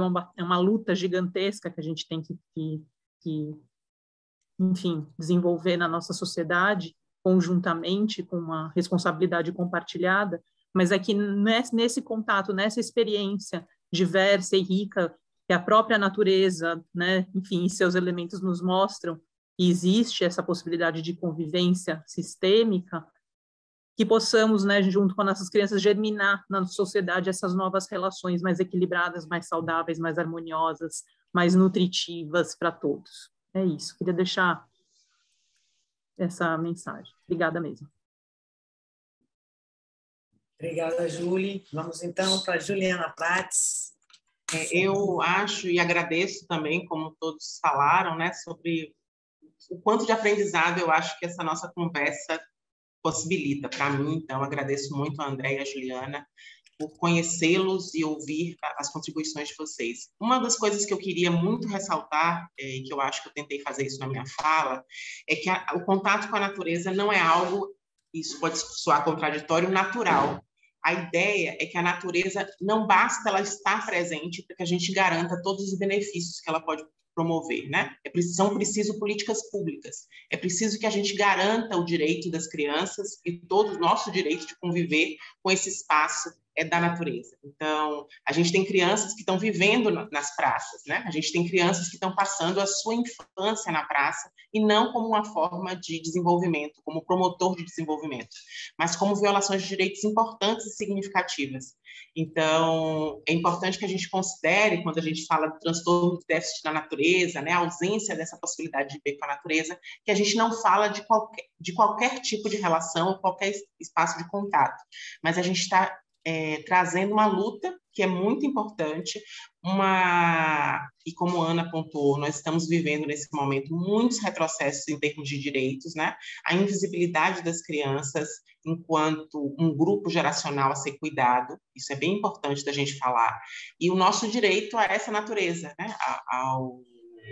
Ao convívio com a natureza. Então, acho que essa é uma dimensão muito importante, politicamente falando, em termos de organização coletiva de todos nós. Então, muito obrigada, mais uma vez. Bom, então, agradeço a todos que estiveram aqui palestrando, compartilhando suas vivências, experiências e sabedorias, e a todos aqueles que estão aí acompanhando a gente aqui pelo chat, pelo vídeo, pelos ouvidos, né? Que a gente possa continuar nos indagando sempre como é que as crianças podem nos ajudar a transformar o mundo, porque quando a gente escuta ela, talvez a gente encontrasse diversas saídas para o lugar onde a gente está se metendo, né? E elas vão mostrando a importância da gente repensar o que a gente está vivendo como tempos e velocidades, da gente repensar a forma como a gente convive entre nós, seres humanos, na reprodução de preconceitos, de discriminações e violações que só tornam as nossas vidas extremamente mais difíceis, e de como a gente consegue retomar o convívio onde a gente é parte desse todo, que é a vida natural. A gente encerra esse ciclo de Web Conexões, esperamos contar com vocês para outras conversas desse tipo em outros espaços, quem sabe um dia ao vivo. Ouçam sempre as crianças, conversem, observem, olhem, procurem garantir direitos, mas procurem também sempre escutar, entender e mudar. A gente precisa aprender com as crianças. Elas ainda são natureza. Elas podem nos ajudar a retomar um caminho que a gente perdeu há muito tempo. Obrigado a todos e todas. Estamos aí.